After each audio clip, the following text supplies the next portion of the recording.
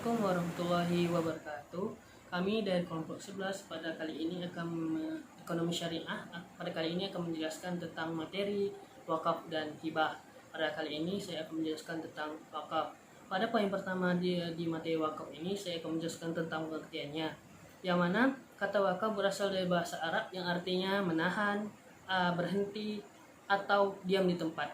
Bahkan ada juga artinya itu tetap berdiri.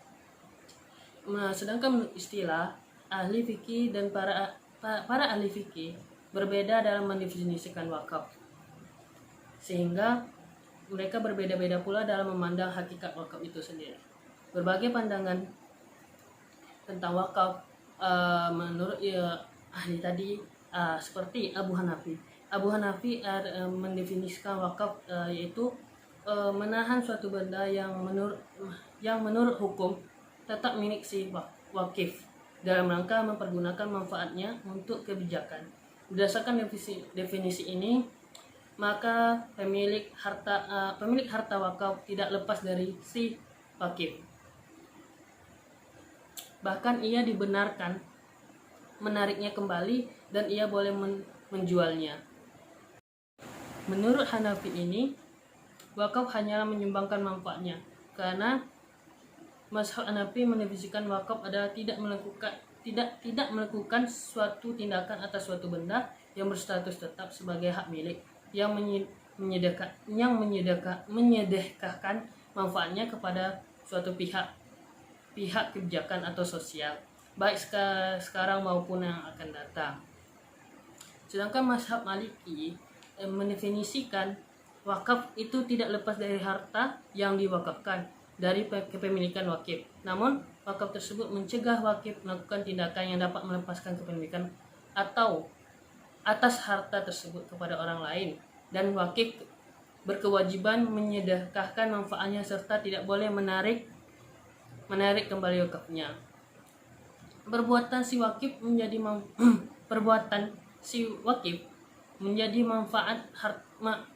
menjadikan manfaat hartanya untuk digunakan oleh mustahik atau penerima wakaf, walaupun yang dimilikinya itu berbentuk upah atau menjadikan hasilnya untuk dapat digunakan seperti mewakafkan uang.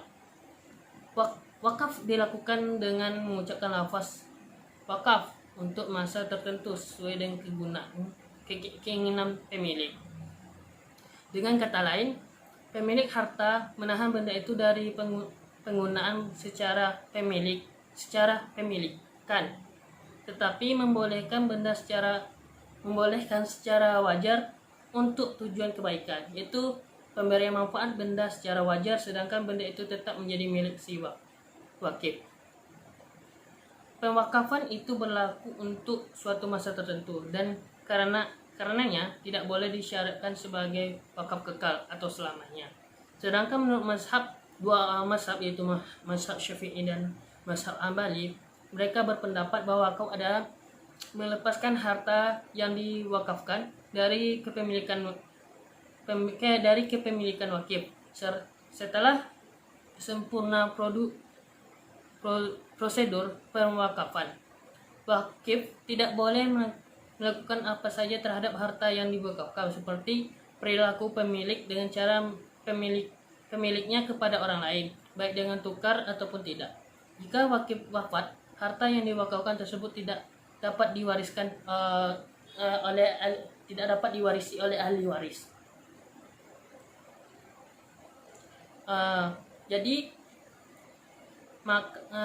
Apabila wakif melarang, maka kadil berhak jadi wakif menyalurkan manfaat harta yang diwakafkannya kepada mauquf alaih, yaitu yang diberikan wakaf sebagai sedekah yang mengikat, di mana wakif tidak dapat melarang penyaluran sumbangannya tersebut. Apabila wakif melarangnya, maka kadil berhak memaksanya apabila memberikannya kepada mauquf alaih. Karena itu mazhab Syafi'i mendefinisikan wakaf adalah tidak melakukan suatu tindakan atas suatu benda yang berstatus sebagai milik Allah SWT dengan menyedekahkan manfaatnya kepada suatu kebajikan sosial. Adapun poin kedua yaitu dasar hukum wakaf. ada beberapa dalil yang saya temukan, yaitu dalil Al-Quran dalam surat Al-Hajj ayat 77 yang mana waf'alu khaira la'allakum tuflihun, yang artinya perbuatlah kebajikan supaya kamu mendapatkan kemenangan. Surat Al-Hajj ayat 77. Kemudian surat Al-Imran ayat 92 yang bunyi lan tanandu birra hatta tunfiqu mimma tuhibbu wa ma tufiqu min syai'in fa innallaha bihi alim. Yang artinya kamu sekali-kali tidak sampai kepada kebajikan yang sempurna sebelum kamu menafkahkan sebagian harta yang kamu cintai, dan apa yang kamu nafkahkan maka sesungguhnya Allah mengetahui. Ada juga hadis Nabi, beberapa hadis Nabi yang artinya dari Abu Hurairah radhiyallahu anhu, sesungguhnya Rasulullah SAW bersabda, apabila anak Adam, yaitu manusia, meninggal dunia, maka ada maka putuslah amalnya kecuali 3 perkara, yaitu sedekah jariah, ilmu yang bermanfaat, anak soleh, dan mendoakan orang tua. Ya, hadis yang kedua yaitu hadis yang kedua yaitu dari Ibnu Umar radhiyallahu anhu berkata bahwa bahwa sahabat Umar radhiyallahu anhu memperoleh sebidang tanah di Khaybar. Kemudian menghadap kepada Rasulullah SAW untuk memohon petunjuk. Yang mana Umar berkata, "Ya Rasulullah, saya mendapatkan sebidang tanah di Khaybar. Saya belum pernah mendapatkan harta sebaik itu. Maka apakah yang engkau perintahkan kepadaku?" Rasulullah SAW berkata atau menjawabnya, "Bila kamu suka, kamu tahan. Bila kamu suka, kamu tahan. Dalam kurung pokoknya tanah itu, dan kamu sedekahkan hasilnya." Kemudian Umar melakukan sedekah, tidak dijual, tidak dihibahkan, dan tidak pula diwariskan. Lalu Ibnu Umar berkata Ibnu Umar, anaknya Umar berkata, Umar menyedekahkannya kepada orang-orang fakir, kaum kerabat, budak belia, sabilillah, ibnu sabil, dan tamu. Dan tidak mengapa atau tidak dilarang bagi yang menguasai tanah wakaf itu atau pengurusnya makan dari hasilnya dengan cara yang baik sepantasnya, atau makan dengan tidak bermaksud menumpuk harta. Hadis riwayat Muslim. Jadi itulah beberapa dalil dasar hukum wakaf. Yang poin ketiga yaitu perbedaan wakaf dengan sedekah lainnya. Ada beberapa poin di sini. Wakaf yang saya jelaskan, wakaf adalah bagian dari sedekah, tetapi punya beberapa spesifikasi yang unik dan membedakan dengan sedekah lainnya. Di antara keunikannya itu, poin pertama, manfaat yang terus-menerus, yang mana harta yang diwakafkan adalah harta yang punya manfaat yang terus-menerus, bisa dirasakan oleh mereka yang telah diberikan hak untuk mendapatkannya. Sedangkan sedekah biasa umumnya manfaatnya langsung habis sekali pakai. Contohnya itu pohon yang tiap tahun berbuah ada jenis benda yang bisa diwakafkan, yaitu buah-buah yang tumbuh dari pohon itu. Seperti yang dikatakan oleh Khalifah Umar bin Khattab radhiyallahu anhu ketika menerima sebidang kebun kurma oleh Rasulullah SAW. Beliau disarankan untuk mewakafkan kebun kurma itu agar tiap kali panen hasilnya itu bisa disedekahkan kemudian demi kepentingan orang-orang yang membutuhkan. Demikian juga dengan sumur yang airnya banyak dibutuhkan orang banyak, apalagi sumur yang ada di tengah padang pasir, di mana setiap musafir pasti akan membutuhkan air untuk minum dan keperluan lainnya. Sumur seperti ini termasuk harta yang bisa diwakafkan karena manfaatnya terus bisa dirasakan oleh orang lain. Pada poin yang kedua tentang keunikan wakaf ini, yaitu pahala yang terus mengalir. Karena manfaat wakaf itu terus bisa didapatkan dan dirasakan, maka setiap kali ada manfaat yang didapat, pahala pun diberikan oleh Allah terus menerus dan mengalir. Dan demikian terus selama masih bisa dimanfaatkan harta itu, maka selama itu pula pahala akan didapat oleh yang mewakafkan benda yang bermanfaat tersebut. Dan poin yang ketiga tentang keunikan wakaf yaitu adanya pengelola. Pengelola harta wakaf atau disebut dengan nazir wakaf pasti sangat dibutuhkan untuk memastikan apakah harta wakaf itu tetap terus bisa memberikan manfaat yang sebesar-besarnya kepada pemberi wakaf atau tidak. Di punduk pengelola wakaf itulah ada beban atau tanggung jawab yang berat, sebab dirinya diberikan amanah yang tidak kecil dari pemberi harta wakaf untuk terus-menerus mengirim pahala kepadanya baik ketika masih hidup ataupun sudah meninggal. Sedangkan sedekah lainnya seperti zakat, infak, dan sedekah lainnya tidak membutuhkan pengelola dalam arti yang bertanggung jawab untuk memelihara. Sementara harta sedekah itu harus diberikan kepada mereka yang membutuhkan dengan utuh dan bulat apa adanya. Kalaupun ada, hak dari pengelola zakat itu memang telah dijamin oleh Allah sebagai upah bagi amin. Itu memang sudah haknya sebagai pengelola zakat, karena sudah dijamin Allah sebagai upah dari dia mengurus zakat tadi. Tetapi sebaiknya harta itu diserahkan kepada yang berhak menerimanya dengan menyerahkan ain dari harta itu. Pada poin berikutnya yaitu tentang wakaf produktif di Indonesia.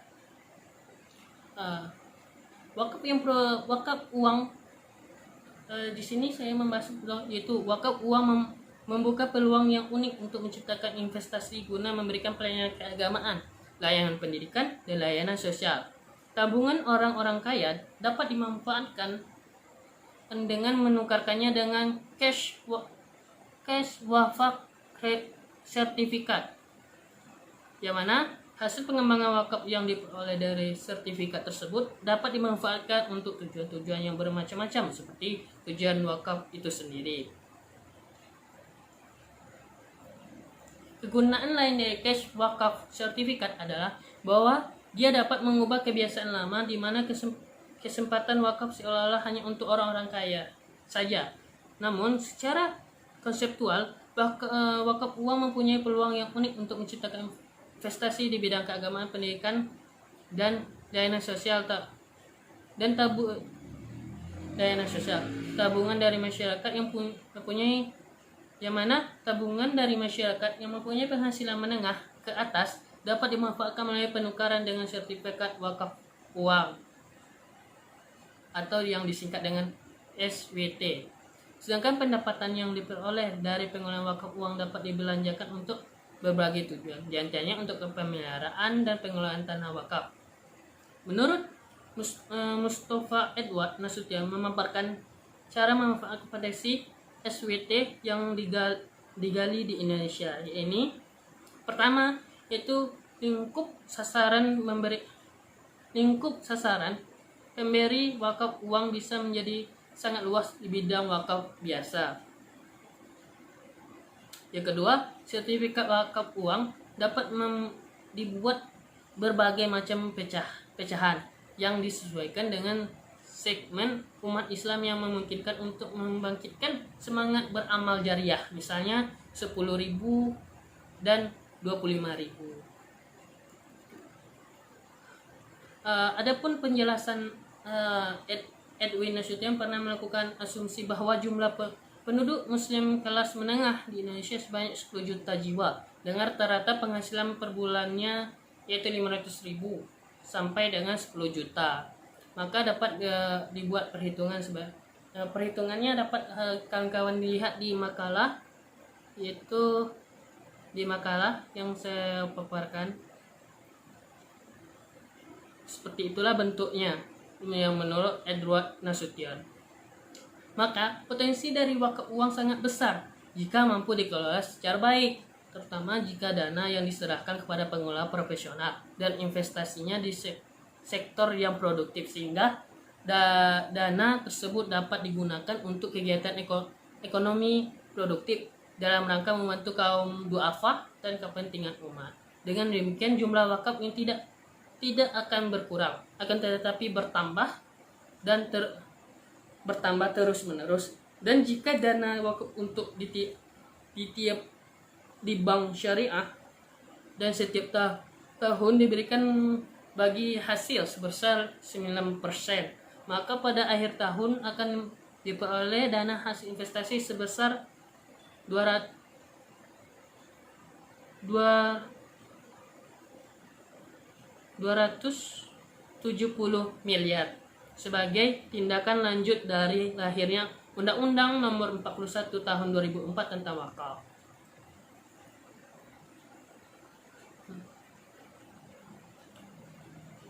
Nah, dari pemaparan di atas dapat disimpulkan bahwa sudah banyak lembaga-lembaga wakaf di Indonesia yang mencoba untuk mengelola wakaf uang secara produktif yang sesuai dengan pengaturan maupun perundangan tentang wakaf.